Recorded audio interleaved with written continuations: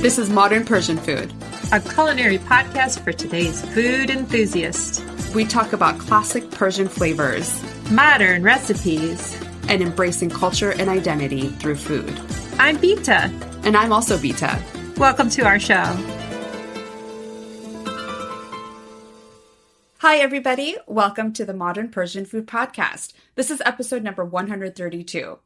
We have a fun episode planned for you guys today. We're diving into Persian culture and shedding light on old customs and traditions around Persian superstitions. We have a special guest, Maman Jaleh, who we will refer to as MJ June. She is actually Bita Arabian's mother-in-law, her husband's mom. And you may remember her from our Gul episode number 26, where we talked about flowers and gul in Persian cuisine and culture. Hi, Maman Jaleh June. Welcome to the show. Thank you for having me. Absolutely. And as always, I have my co-host Bita here. Hi, Bita June. Hi, I'm really excited to talk about this topic. I think it's fun stories. We want to preserve these stories. And I'm sitting right in person with Maman Jaleh June. So we're happy to have you here. Thank you. Great. So let's go ahead and get started. I think that when it comes to Persian superstitions, of course, it kind of varies from family to family and how much they actually believe in Persian superstitions. But I think that one common thing that is in a lot of households is esfand or esfand, depending on how you pronounce it, which is wild rue and burning of the wild rue. We see this in special occasions, at weddings, or sometimes even as purification of the air. But Maman Jaleh, can you kind of tell us a little bit more about esfand and occasions when we can burn it and actually how to burn it? Burning esfand is a very common tradition in Iranian culture. It goes way back, and I think it has started for purification in the houses, as it has some very nice healing effect and cleansing effect. However, as it moved to ward off the evil eye, that origin, I don't know when it started. But for any occasions that we are trying to ward the evil eye, which is pretty common in Middle Eastern culture, esfand is used extensively. The way that we burn it is, we always had, when I was growing up, we had like coal that we would make it into, make it hot and burning and pour the esfand over it. It would make a sound, like a crackling sound, and the smoke that would produce, we would turn it in the house, around the house, in a container that would carry the smell and the thinking of that you're warding off the evil from every room. So it's been used extensively. However, in the modern times, they have made the container to be used in the gas stove, much more friendly than using the hot coal. The reason for using the esfand is basically psychological. You think that, if when a guest is coming to your home. Yeah, it's, of all of the things I've kind of come to witness, this is the one that's most endearing to me and that I actually still do at home. But I have these great memories of our energetic kids bouncing around Maman Jaleh and Papa Gus's house, and Maman Jaleh chasing them around with the esfand and putting the smoke all around, and kind of, it's sort of like, like being thankful for our good fortune and just kind of being weary of any sort of envy or maybe misguided intentions that may have come your way. And it smells so beautiful. I love the smell of it. Yeah. And maybe it's just a nostalgic smell, but I really enjoy the smell. And isn't there a saying, you have some of the rue like in your hand or in a container and then circling it over people's heads? Isn't there a saying that they say? Yeah. Like, you just praise the kid. So if it's an evil eye, it should go away because I'm burning the sage and the sage is like going to take care of you. So psychologically, everybody's putting their mind at ease. Right. That is a few of these seeds is going to protect you for life of the evil eye of. Do you know it in Farsi? So I don't know it completely. Doesn't it start with like esfand, esfand, espandune, esfand, esfand, sadusidune, or something like that? Don't remember it, as much, but it's like esfando, esfandune, esfansio sedune. Chishme nazare napak betanake or something. Maybe we can have our listeners message us. Yeah, exactly. And I think that maybe varies a little bit from family to family exactly what it is that they say. But the containers, I've seen two different ways of burning esfand aside from pouring it on like hot coals. Yeah. I've seen this kind of like you know what it looks like? It looks like a can of like tuna. Yes. The shape of it. And it opens up on the top and it has a handle. It has like a long handle that you can hold over like like a gas stove or some sort of flame or like, just placing on the stove itself. You let the container get hot. And then once it's hot, then you pour the esfand inside of it and cover it up. And then it has little holes in the lid, which smoke then kind of comes out with. And it protects it in case any of it like snaps or pops, that it doesn't like pop out. Mm-hmm. Yeah, I like the smell too. And noteworthy is that, you don't want to have it burning too long, but it will set off your smoke detectors. I've done that in my house. Exactly. So it sort of is like the wild rue is like dried. Yeah, dried seeds. Or, yeah. It's the seeds. Yeah. Almost like sesame. So, in that category, but black and kind of very dry in nature. That's why it pops. Mm-hmm. And you need the cover. Right. Yes. Otherwise it goes all over. Yeah, it's like a pop, sizzle, and crack, and then the smell that you may have grown up with. It's fun. It really does have a wonderful smell. If you can't find or get a hold of wild rue esfand or esfand, our florist expert here has an alternative, a modern alternative. You actually grow something. Yes, I think it's pretty common, but sage plant is, you get it in common nurseries. They also, when you dry the leaf, you can burn it over the stove. And it has a very distinct smell. Not as good as esfand, because esfand is just like somehow you identify with it more because I have grown up with esfand. But the alternative is dried sage leaves.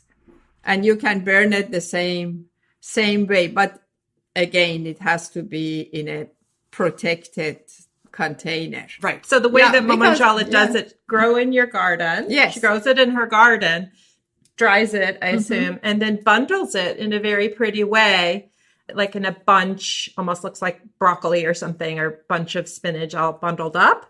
And then gifts it, and it's ready to go, a bundle of sage. And so that sounds beautiful. I don't actually have the esfand burning receptacle anymore. It has been lost through the years. So when I need to burn it, I will just carefully like burn one little edge of a leaf, which is maybe not ideal or super put safe. A container under it so it doesn't fall. Right. Yes. Like get a plate or something under it. And I think people also refer to that as like smudging when you burn sage throughout your home. Yes. There is another instrument that I have. Actually, this when I want to burn esfand at my house it's like a little wand, and it has a little wooden handle on one side, and it's a metal like wand, and on the other end is like a little spiral. So you hold that on top of like a flame and get that red hot, and then I put that in my glass jar of esfand and I stick it in there. The esfand attaches itself to the hot metal of the little wand thing, and then I can take it out, and then it's like smokes off of the wand. So I have a little video of it. I'll post it on our Instagram feeds so that people can get an idea of what I'm talking about. Sounds good. I have a video burning the bundle of sage as well, so we'll share our videos. Yeah, it's all interesting. Yeah, exactly. And this is like, as you mentioned, Maman Jaleh, it's really just kind of putting peace of mind and also putting your mind at ease that, that you're kind of like protected, and whoever smells that, I think, gets that protection of just kind of keeping negative thoughts and intentions out of their lives. Yeah, I think psychologically, we all are always looking for explanation into things that is unexplained, like in the nature and so forth. So that's our way of protecting ourselves. There is no scientific reason behind it, but it's, I think, 99% psychological, and it works. So mind over matter. Right. Yeah. That's all there is to it. There's nothing wrong with feeling cleansed and spreading positivity. Yeah. Thank you to our sponsor, Sadaf Foods, providing high-quality Mediterranean flavors for over 40 years. Try Sadaf Esfand for warding off the evil eye, cleansing your space, and purifying your home. Use code MODERN15 to get 15% off your purchase. Shop now to get your favorite Middle Eastern products delivered straight to your door at sadaf.com. That's SADAF.com.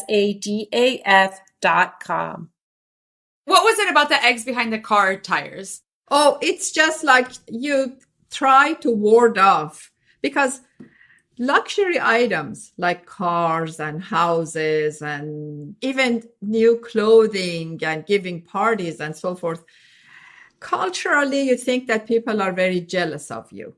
So when you buy a new car, you put 4 eggs behind each tires. Then you start the car, and of course the eggs break. So this way you think that, okay, anybody that is putting an evil eye on my car, because I have broken the egg, it's protected. It's just taking the traditions or superstitions to the next level. I'm starting to understand. I'm starting to understand why we have so many omelets at your house.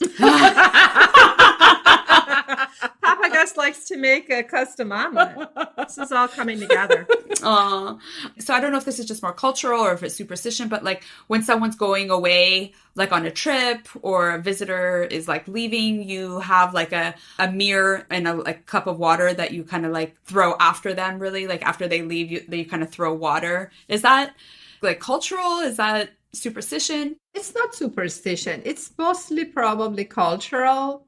And it kind of mixed with a little bit of tradition as well. So these are all practiced in the old times. Yeah. I don't know if they, in new modern Iran, they do this sort of thing, but it's a nice custom. When somebody's traveling, what I do is I have a bowl of flour and a bowl of water in a tray. Like flour, like flour for cooking. Like cooking flour. So when the person is leaving, when she's leaving or he's leaving, she puts her hand in the flour. So makes an impression with, a couple of fingers. And so when she's leaving, we pour the water behind her. And we just give them blessing to come back as, like a purification. And then after 3 days, which is traditionally when they were traveling with caravans and so forth, and we assume that they have reached their destination, we make the soup, ash reshte, for the passenger, traveler. And then we pour that flour in that ash or soup. And we just serve it and give it to the neighbors and the, needy people. So I think it's a nice tradition. It's remembering your traveler and sending good thoughts and thinking about them when you are having a feast. Oh, lovely. Lovely. I love this. This is so fun. This is really kind of, a really interesting topic. I know that people have like asked about that, especially like when it comes to like the evil eye. I have a friend who refers to the evil eye as the Persian good luck charm. And I know that maybe like the root of the evil eye kind of emblem with the turquoise eye may not necessarily be Persian in origination. I believe that you guys were mentioning that it might be from Turkey. I'm not sure. I'm not really sure, but of course, we were among the countries that the Silk Road was passing through. So, all this tradition travels from one country to the other. So as of the origin, maybe some of your listeners can give us a little bit more insight. Yeah. I traveled to Turkey, And it's extensively used. The evil eye is extensively used in every household and everything that you see there. There is an evil eye on jewelry or home decor. It's everywhere. Home decor, correct. Yeah. In the cars.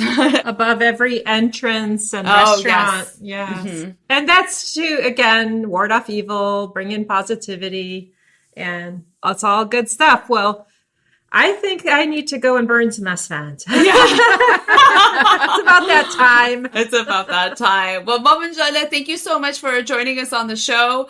Always fun to have you as a guest and hear your perspective. Thank you so much for having me. Absolutely. Bita Jun, until next time. I'll see you soon. Okay. Bye-bye. Thank you. You've been listening to the Modern Persian Food Podcast with Bita and Bita. Thanks for spending time with us. If you've enjoyed what you heard today, consider telling a friend or giving us a good rating. You can subscribe to our show for free on your favorite podcasting app or find us online at modernpersianfood.com or on Instagram for the recipes and information we talked about today. We'd love to hear your thoughts and see you next time.